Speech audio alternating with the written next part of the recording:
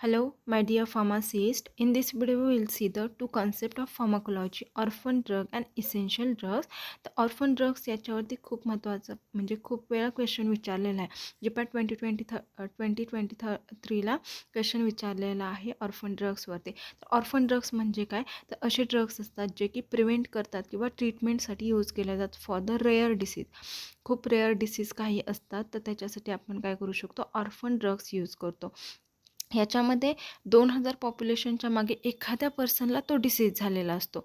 मग एखाद्या पर्सनसाठी आपल्याला खूप जास्त अमाऊंटमध्ये आपण ते ड्रग्स बनवू शकत नाही किंवा बनवणं पॉसिबल नसतं. तर ते ऑर्फन ड्रग ही कन्सेप्ट आपण त्याच्यासाठी यूज केलेली आहे की काही कंपनीज असतात किंवा काही कंपनींना आपण काय करतो ते ड्रग्स प्रिपेअर करण्याची परमिशन देतो. तर ते असतात तुमचे ऑर्फन ड्रग्स. खूप कमी पर्सन्सला रेअर डिसीज असतो तर त्यांना ट्रीट करण्यासाठी आपण ऑर्फन ड्रग्स यूज करतो.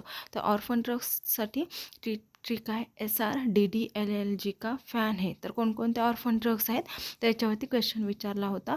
तर SR for somatotropin, then sodium nitrate, rifabutin, then DDLG for digoxin antibody and liothyronine, then fan for fomepizole, amphotericin बिन आणि नायट्रेट्स. हे रेअर डिसीज आहे. रेअर डिसीज ट्रीट करण्यासाठी यूज करणारे ड्रग्स आहेत. हे सोडून आणखी काही ऑर्फन ड्रग्स आहेत ते आपण बघूया.